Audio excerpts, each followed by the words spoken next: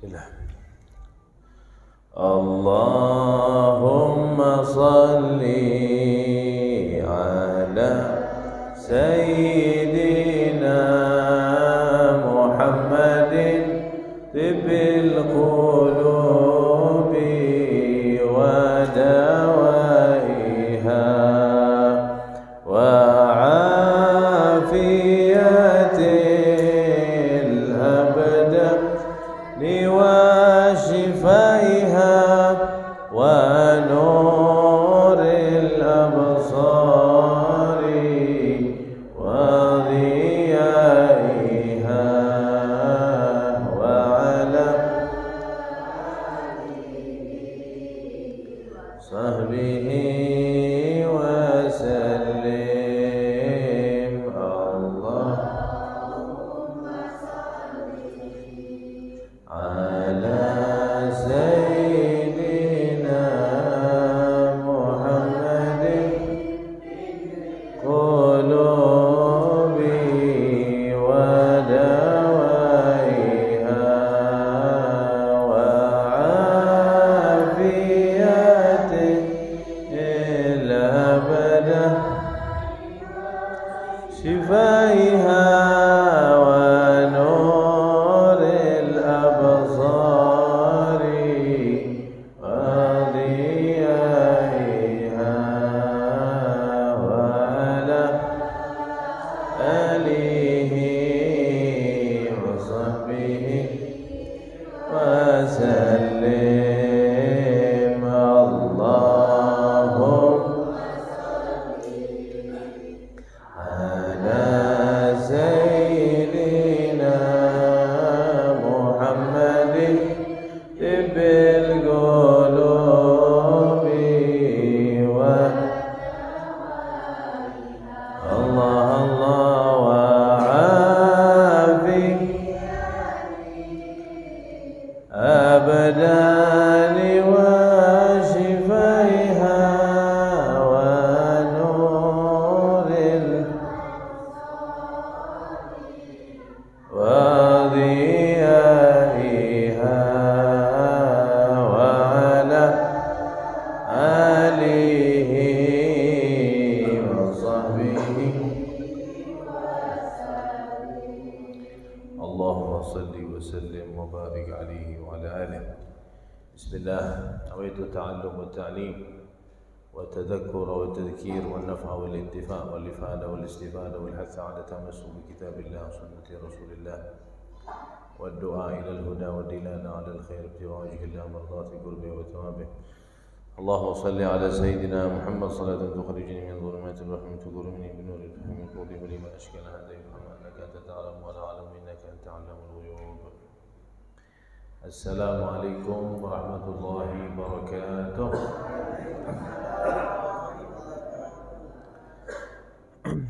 Alhamdulillah wassalatu wassalam ala sayyidina Rasulillah Muhammad ibn Abdullah wa ala alihi wa sahbihi wa man wala wa la hawla wa la quwwata illa billahi al-aliyyil azim.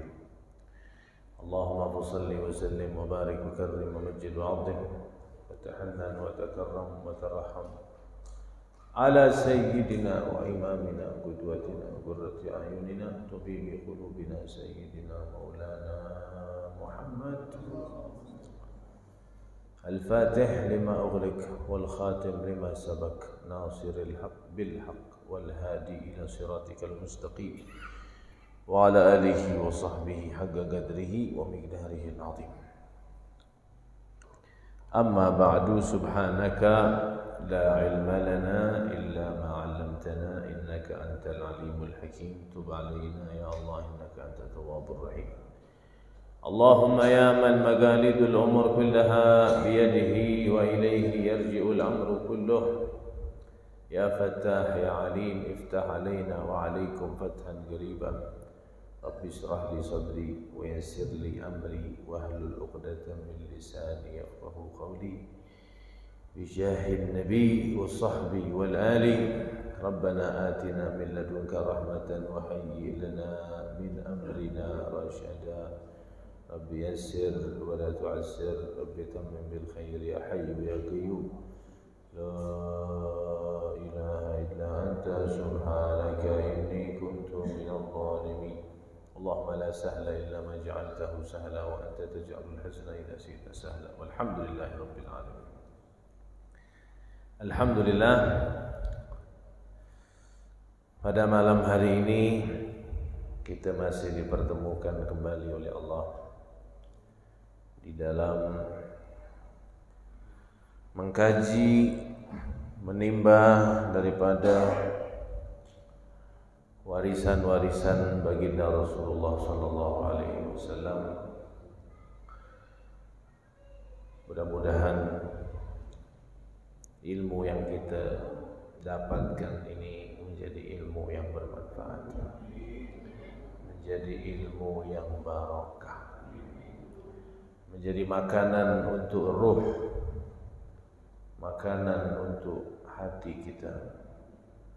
Mudah-mudahan ilmu ini makin menjadikan kita tambah takut kepada Allah, tambah dekat dengan Rasulullah, tambah bisa melihat kekurangan dan aib sendiri daripada melihat aib dan kekurangan orang lain. Dan kita tambah beradab, berakhlak dimanapun, di tempat manapun, wabil khusus di tempat-tempat yang dimuliakan oleh Allah Subhanahu wa taala. Semoga yang istiqamah Allah panjangkan umur, Allah sehatkan badan, Allah murahkan rezeki, yang sakit Allah sembuhkan, yang punya hajat Allah kabulkan, yang punya hutang Allah lunaskan, yang punya masalah Allah selesaikan, yang punya usaha Allah lancarkan. Mudah-mudahan Allah berkahi hidup kita dunia sampai akhirat. Allah karuniakan anak cucu salihin salihat. Allah wafatkan kita dalam keadaan husnul khatimat. Allah masukkan surga bersama Nabi Muhammad sallallahu alaihi wa alihi wa sahbihi wasallam. Amin ya rabbal alamin. Alhamdulillah, melanjutkan daripada hadis yang diriwayatkan oleh seorang sahabat Nabi yang bernama sahabat Mu'ad bin Jabal radhiyallahu anhu, wa nafa'ana Allah bihi wa bi ulumihi fid dharain amin.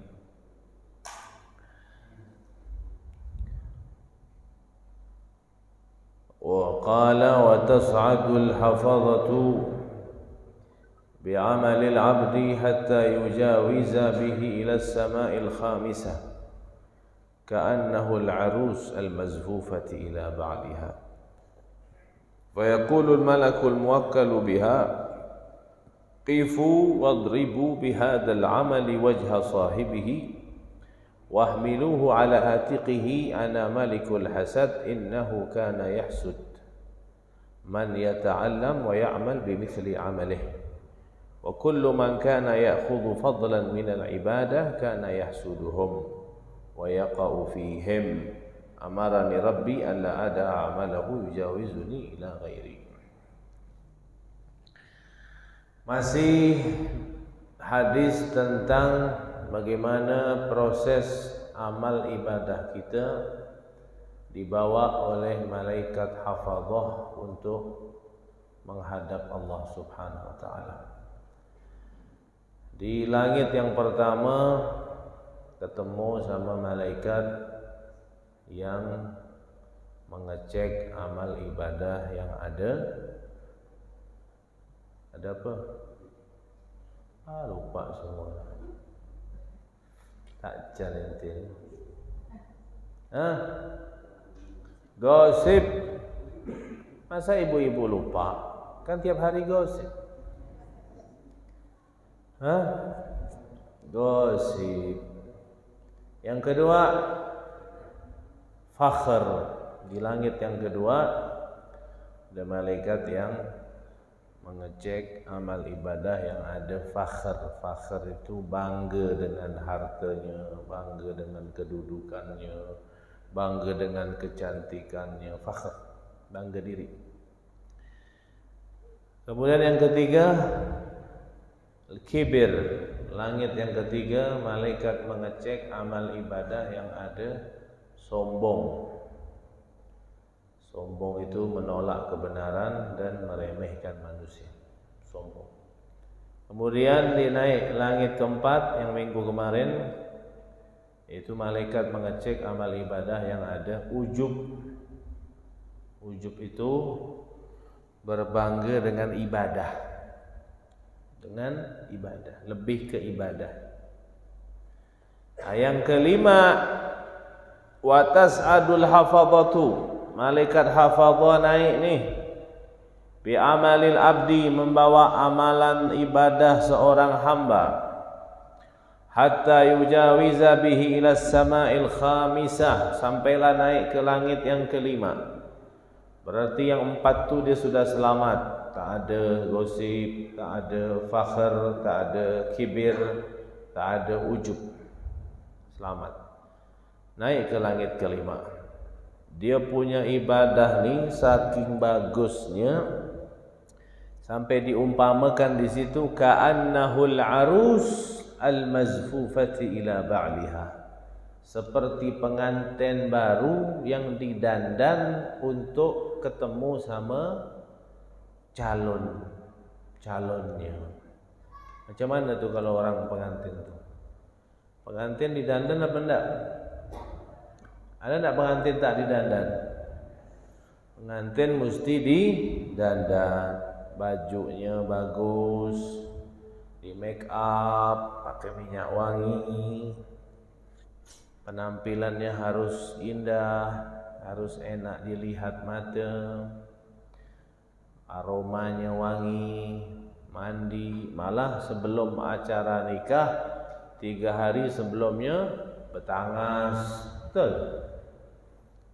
Orang sini bertangas juga kalau kahwin? Sama?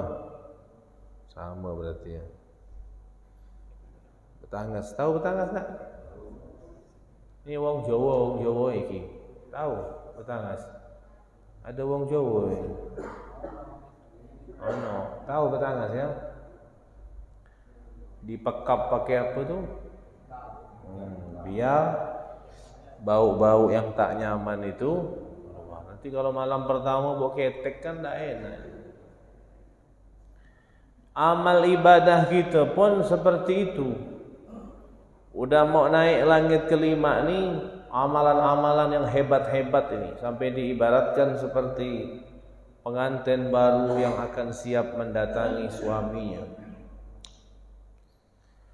Tapi apalah arti amal yang secara zahir bagus, indah, tak kala sampai ke langit kelima, malaikat yang menjaga mengatakan qifu, berhenti, wadribu bihadzal amal wajha sahibihi, lemparkan ini amal ke muka orangnya. Mikir malaikat ni apa lagi salah ni? Udah 4 dah lewat ni, langit kelima pun suruh lempar lagi, ada apa? Ana malikul hasad. Aku malaikat yang mengecek amal ibadah yang ada hasudnya apa enggak? Dengki. Al-hasad. Hasad itu adalah dengki. Ini dengki ni bahaya. Penyakitnya orang banyak nih hasud ini. Ada hasud, ada namanya ghibtah. Kalau ghibtah itu tidak apa-apa.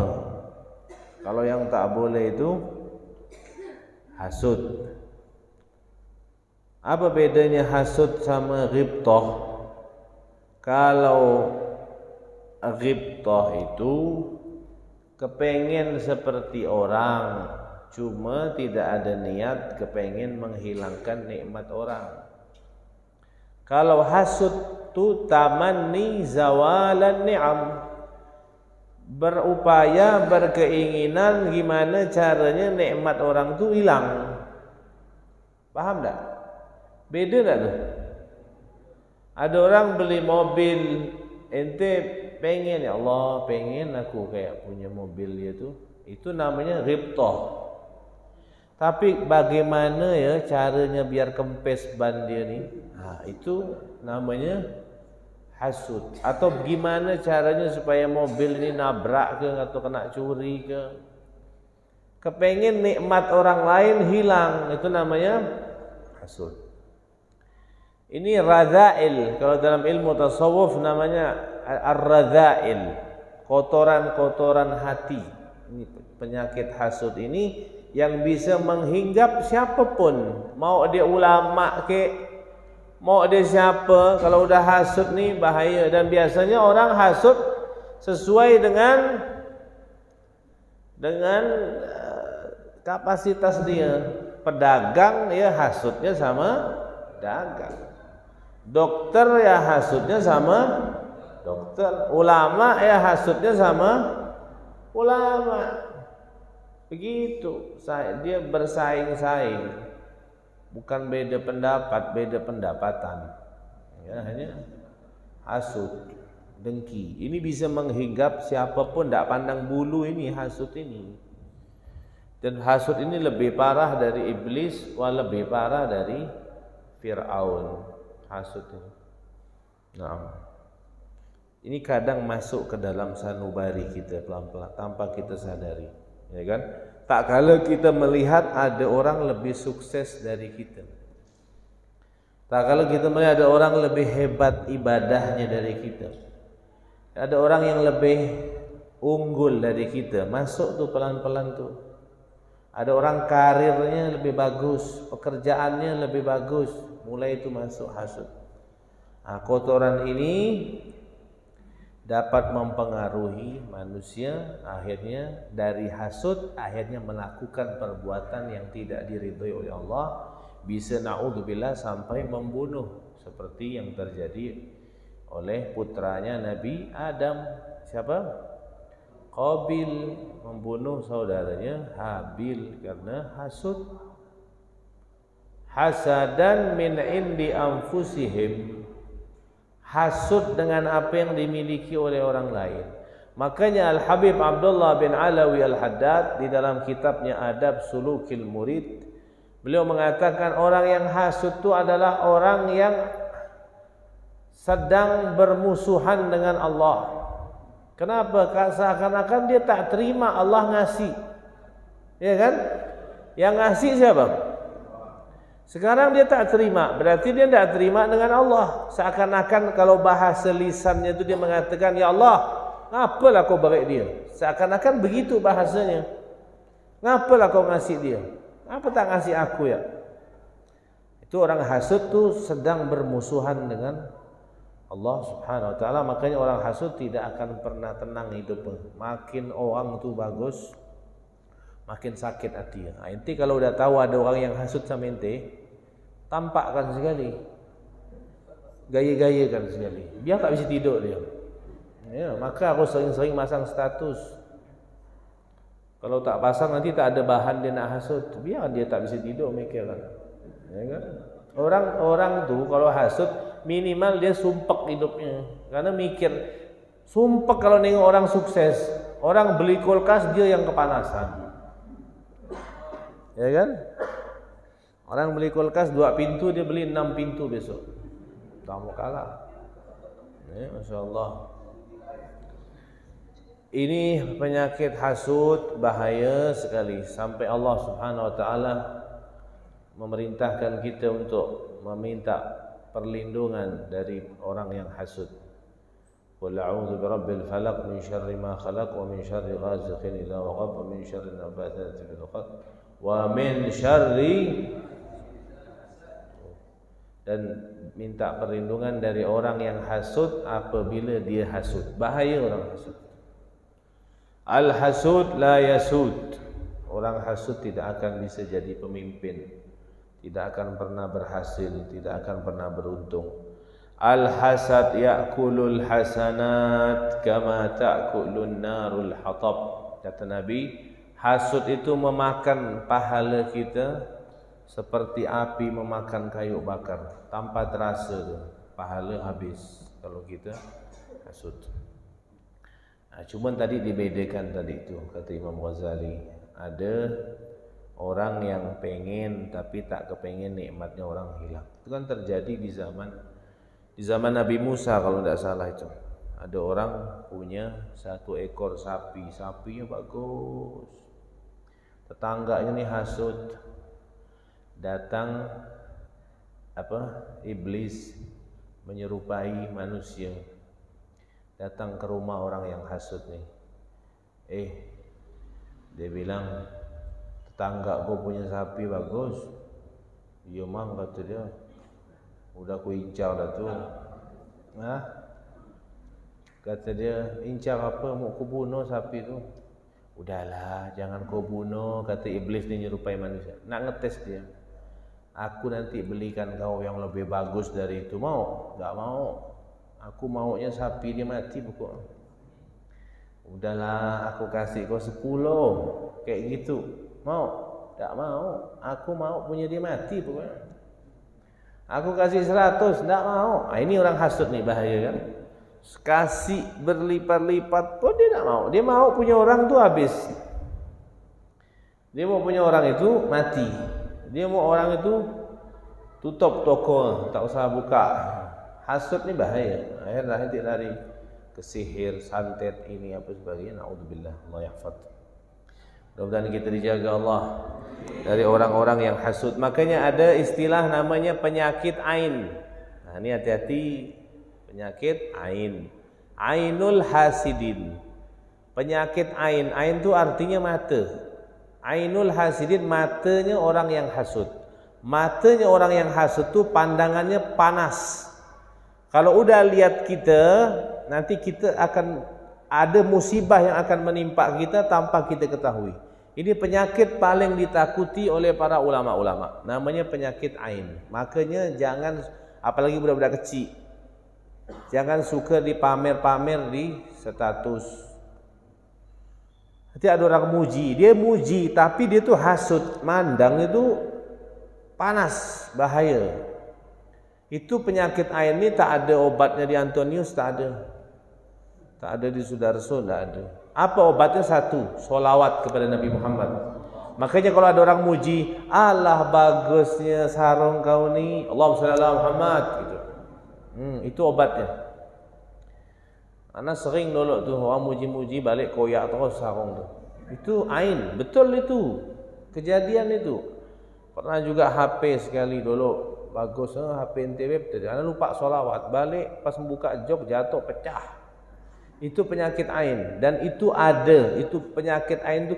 Kalau kata Nabi, kalau ada sesuatu yang bisa melampaui takdir, mendahului takdir, maka penyakit ain ini yang bisa mendahului takdir.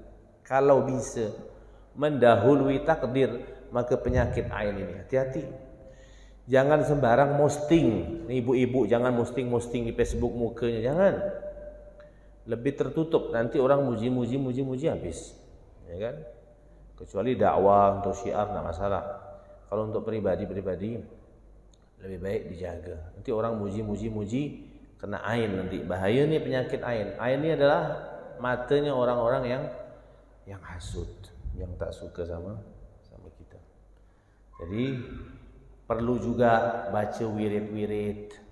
Ya, penting itu wirid, baca Ratibul Haddad, baca Hizbun Nasar, baca Wirdus Sakran. Itu untuk melindungi kita dari orang-orang yang hasud. Banyak Pak di sekeliling kita ni orang-orang yang hasud. Cuman kita tak tahu. Ngirim ini, ngirim santet, ngirim ini, punya tokonya jadi tak ramai orang. Itu ada. Makanya baca wirid untuk membentengi kita. Jangan hanya mengandalkan perkara yang zahir saja, satpam, polisi dan lain. Wirid zikir itu penting. Itu malaikat yang jaga kita, aman itu, ya kan? Karena orang-orang yang hasud ini bahaya. Kalau dia tak bahaya, tak mungkin Allah suruh minta kita perlindungan dalam Al-Quran dari itu. Min syarri hasidin idza hasad.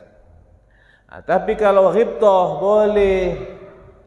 Dan ghibtah ini kata Nabi mengatakan la hasada illa fi ithnatain. Tidak boleh hasud kecuali dalam dua hal. Tapi hasud yang dimaksudkan hadis ini bukan hasud yang kepengen nikmat orang hilang, tapi ghibtah, kepengen seperti orang. Maka yang diperbolehkan hanya dua orang saja yang boleh kita ghibtah. Yang pertama, rajulun atahu Allahu malan fasallatahu ala halakatihi fil haqq. Seseorang yang Allah kasih dia harta, tapi hartanya digunakan untuk membela kebenaran agama.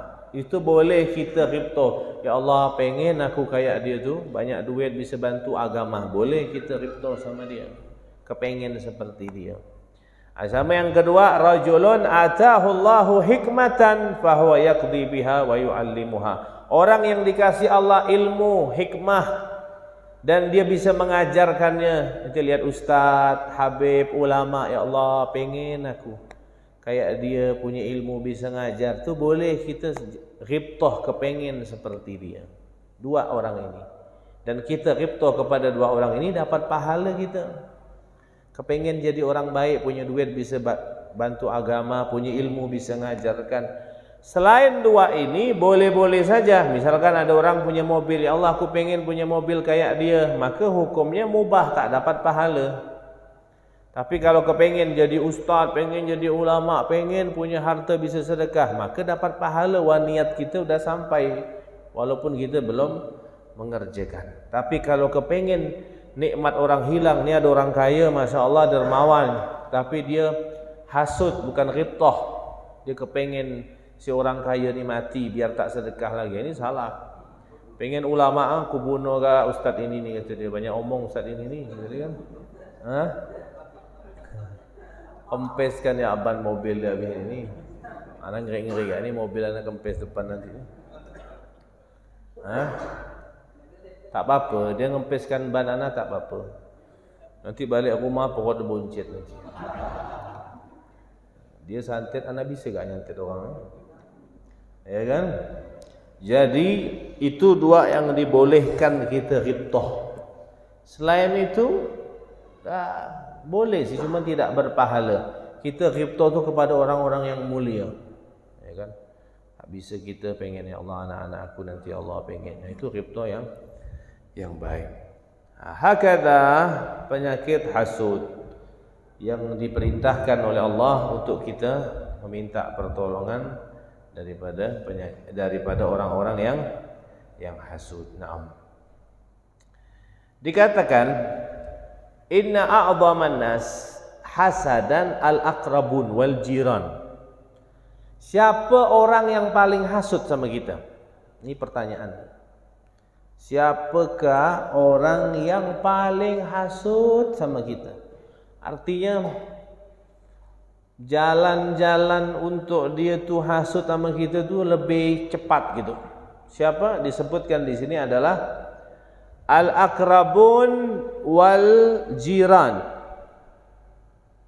Al-aqrabun wal jiran. Al-aqrabun itu adalah keluarga kerabat, akrabun, keluarga dekat kita, sepupu, ponaan, paman, ya kan? Ya. Wal jiran, tetangga. Ini orang yang paling hasud sama kita, paling besar hasudnya. Ya maksudnya bukan semuanya. Kalau ada orang tu mau hasud, maka orang yang paling hasud tu dia nih, keluarga dekat sama tetangga. Apa alasannya? Alasannya adalah limusyahadatihim an-ni'mata allati yahsuduna 'alaiha. Karena si keluarga dekat dan tetangga ini adalah orang-orang yang paling sering dan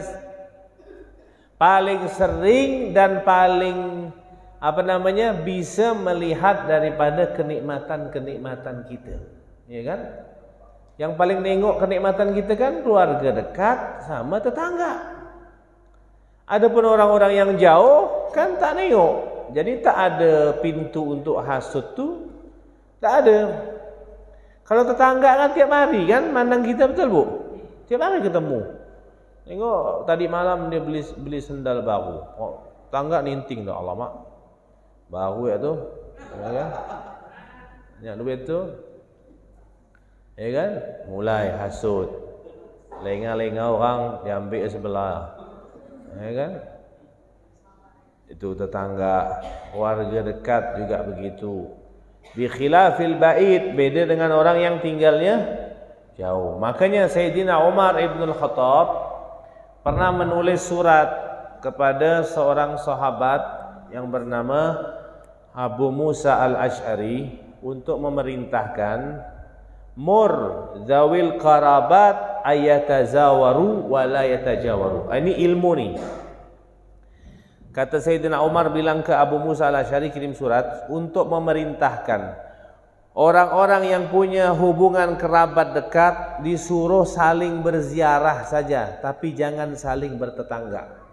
Artinya kalau keluarga suruh tinggal jauh-jauh.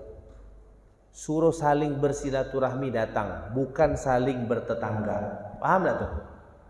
Karena kalau udah bertetangga nanti jalan untuk hasud tuh akan ada. Kan? Jalan untuk hasud itu akan ada. Makanya kalau bisa pencar. Anak ente 5, 1 simpan di Wajo, 1 simpan di Jongkat, 1 simpan di Siantan, 1 simpan di Lembah Murai, 1 simpan di Mekah sana. Iya ke? Jangan kumpul dekat-dekat. Ya kan? Walaupun hukumnya tak haram, cuman ini ngomong masalah unsur-unsur untuk hasud tu lebih cepat kalau dekat. Sayyidina Umar sampai punya inisiatif seperti itu. Suruh saling berziarah saja dia, datang, ketemu sesekali. Jangan bertetangga. Kalau bertetangga nanti sering lihat, akhirnya timbul penyakit hasud. Kalau sudah hasud nanti banyak maksiat-maksiat yang bisa dia lakukan karena penyakit hasud. Paham ya? Mudah-mudahan Allah selamatkan kita dari penyakit hasud. Jahat orang hasud nih. Orang kalau udah hasud nih jahat. Tapi orang yang hasud tidak akan selamat di dunia apalagi di akhirat. Ini ada satu cerita, mudah-mudahan waktunya cukup. Selamat kau. Ada satu orang soleh. Dengarkan cerita ni, kalau tak dengarkan tak nyambung cerita ni. Panjang soalnya. Ada orang soleh dan alim. Dia suatu hari pergi ke rumah seorang Amirul Mukminin. Amirul Mukminin itu kalau sekarang nih presiden lah. Presidennya pada saat itu. Datanglah orang soleh nih, orang alim nih ke rumah presiden. Nama presidennya siapa? Muhammad bin Harun Ar-Rasyid. Muhammad bin Harun, kan tahu kan Khalifah Harun Ar-Rasyid, anaknya nih, Muhammad bin Harun Ar-Rasyid. Datang masuk mau menasehati Amirul Mukminin presiden. Tiba-tiba nasihatnya tuh bagus sehingga Amirul Mukminin ini simpatik gitu dengarnya, akhirnya dia diangkat sebagai penasehat Amirul Mukminin. Kebetulan Amirul Mukminin ini punya penasehat juga. Karena penasehat yang lama nih nengok ada penasehat baru, muncullah penyakit. Tak mau nanti raja lebih dekat sama dia, padahal dia masih baru. Sedangkan aku yang lama nanti aku bisa ditinggalkan, tidak didekat lagi sama Amirul Mukminin.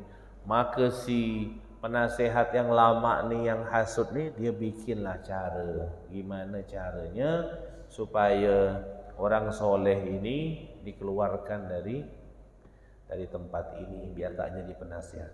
Ini kalau orang sudah hasud nih 1001 cara dia, ya kan? Dia bakal melakukan. Apa yang dilakukannya? Si penasehat yang lama nih bilang ke yang baru nih, kau kan baru nih, dia bilang, mau ndak malam ini kau ke rumah aku? Ngapa? Iyalah aku mau masakkan kau makan malam. yang enak, karena tasyakuran nih kau jadi penasehat baru di tempat ini, padahal dia mau melakukan sesuatu yang jahat nih. Pergilah, oh iyalah, diajak makan kan, nyaman kalau diajak makan nih, mau semua. Ayo, bismillah, berangkat ya. Sampai ke rumah, si penasehat yang lama ini menghidangkan makanan yang banyak bawangnya. Yang banyak bawang, kan bawang itu kan tak nyaman baunya kan, makanya makruh orang sholat, mau pergi sholat makan bawang tuh makruh, karena baunya tak sedap. Malaikat tak suka bau bawang, malaikat tak suka bau bawang. Tapi bawang tuh sehat, bagus, tapi nanti jangan pas mau sholat makannya, takut pas ente nguap apa, naudzubillah. Apalagi imamnya jangan makan bawang, kesian makmum nanti pengsan semua. Dikasih makan bawang banyak-banyak, sedangkan besok pagi ini dia harus menasehati Amirul Mukminin. Setelah makan udah kenyang apa semua, bau mulut dah bau naga dah nih, bau bawang. Kata penasehat yang lama nih bilang, besok kan kau mau nasihatkan Amirul Mukminin, ini mulut kau ni kan bau bawang. Nanti kau pas ketemu Amirul Mukminin, usahakan kau nasihatkan nanti itu kau sambil tutup hidung begini, tutup mulut. Jangan kau buka, letakkan tangan kau di atas hidung biar kau ngomong tuh tak keciuman sama raja.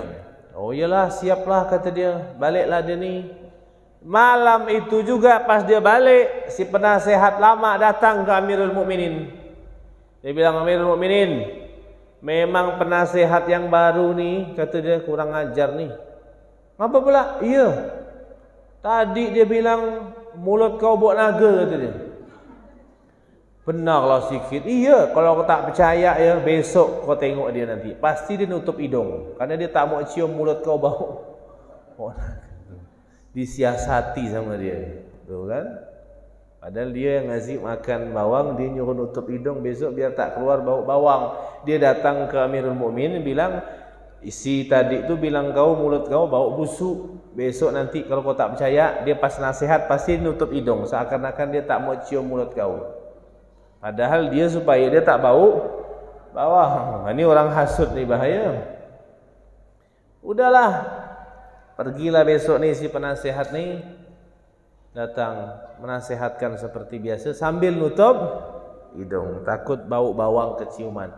Dalam hati raja ni langsung, betul kata dia tadi malam, nutup hidung je, bau ke mulut aku ni. Ada pula dia bilang, wangi-wangi ya ni. Oh, kurang ajar dia ni ya, kata raja ni ya. Dia aku angkat masih baru, udah berani kurang ajar dia. Oh, okey. Tak ada banyak omong, raja langsung ambil surat, tulis surat, masukkan amplop. Tahu tak isi surat tu apa? Isi surat tu, sampaikan surat ini ke salah satu algojonya. Tahu algojo nanti?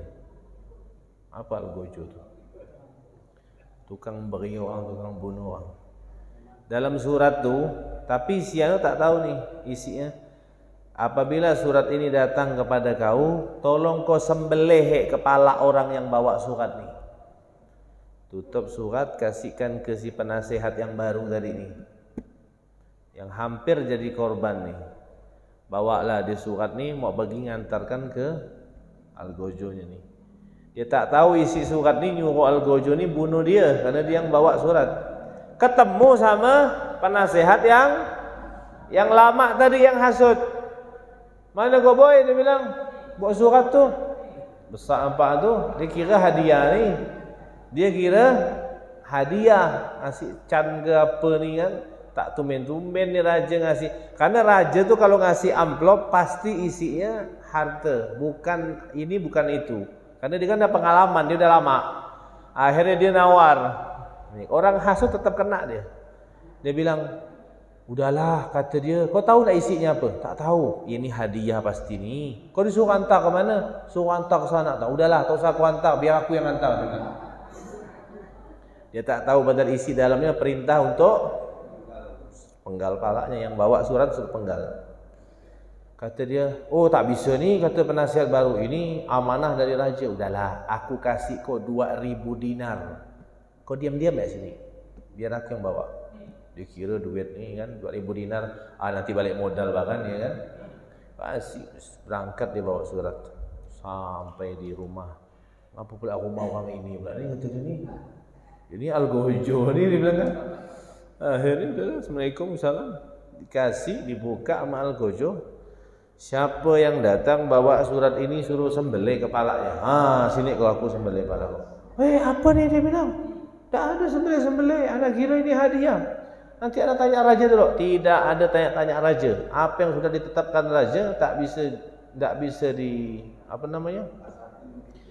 bisa diulang lagi. Apa kalau bahasa anak tu? Bahasa Inggrisnya tu apa? Reply ke? Tak bisa udah cop mati dah kata orang Pontianak. Tak bisa sudah. Udah, kau disembelih. Disembelih kepala. Selesai. Ini orang hasut nih, mati tu. Akhirnya besok raja nyari mana yang penasihat yang baru nih, panggil. Udah kau sampaikan suratnya? Enggak. Kok bisa iya? Si anak tu si fulan penasihat yang lama itu dia yang mau ngantar. Ya Allah, itu perintah untuk bunuh kau karena kau udah kurang ajar. Kau bilang mulut aku bau. Dia bilang, ya Allah raja, tak pernah aku bilang mulut kau dibau. Jadi ceritanya gimana? Ceritanya aku diundang makan, dikasih makan bawang. Besok dia bilang suruh tutup hidung biar mulut bau bawang tidak keciuman. Oh, dia bilang, kau bilang mulut aku bau. Dia bilang, akhirnya udahlah. Mana dia sekarang? Mati sudah. Dia yang bawa surat. Apa kata raja? Raja langsung mengatakan, Gatalallah, sadaqta, gatalallahul hasad ma'a'dalahu. Betullah apa yang disampaikan oleh Nabi Muhammad SAW. Orang yang hasud pasti akan celaka di dunia sebelum di akhirat, apalagi di akhirat. Akhirnya bikin acara pencopotan penasehat yang lama karena dia sudah mati, maka diangkatlah ini menjadi penasihat tunggal di kerajaan karena kejujurannya, masya Allah. Sedangkan yang hasud dimusnahkan oleh Allah Subhanahu wa taala. Tuh, makanya jangan hasud sama orang.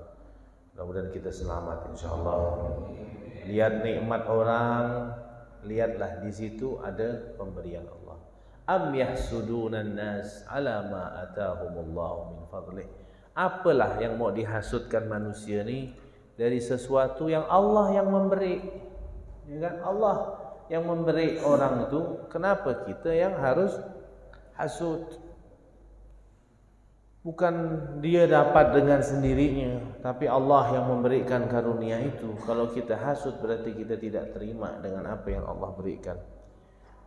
Seperti di dalam ayat yang tadi Anda baca itu, walaupun banyak ulama tafsir mengatakan wabil khusus kenikmatan menjadi zuriyah atau anak keturunannya Nabi Muhammad SAW. Para habaib, mungkin ada yang hasud, kenapa dia dimuliakan kan? Itu pemberian dari Allah. Semua orang punya kemuliaan. Anak yatim punya kemuliaan sendiri, ya kan? Orang miskin punya kemuliaan sendiri. Ulama ada kemuliaan. Semua punya kemuliaan masing-masing. Tak perlu kita hasud, ya kan? Dan kemuliaan itu diberikan Allah sesuai dengan kapasitas masing-masing. Jangan sampai amal ibadah kita di langit kelima kena stop karena ada hasud di dalam amal kita. Mudah-mudahan diselamatkan Allah Subhanahu wa taala. Amin ya rabbal alamin. Ada bertanya? Tak ada. Subhanakallahumma bihamdik asyhadu an la ilaha illa anta astaghfiruka wa atubu ilaik. Assalamualaikum warahmatullahi wabarakatuh.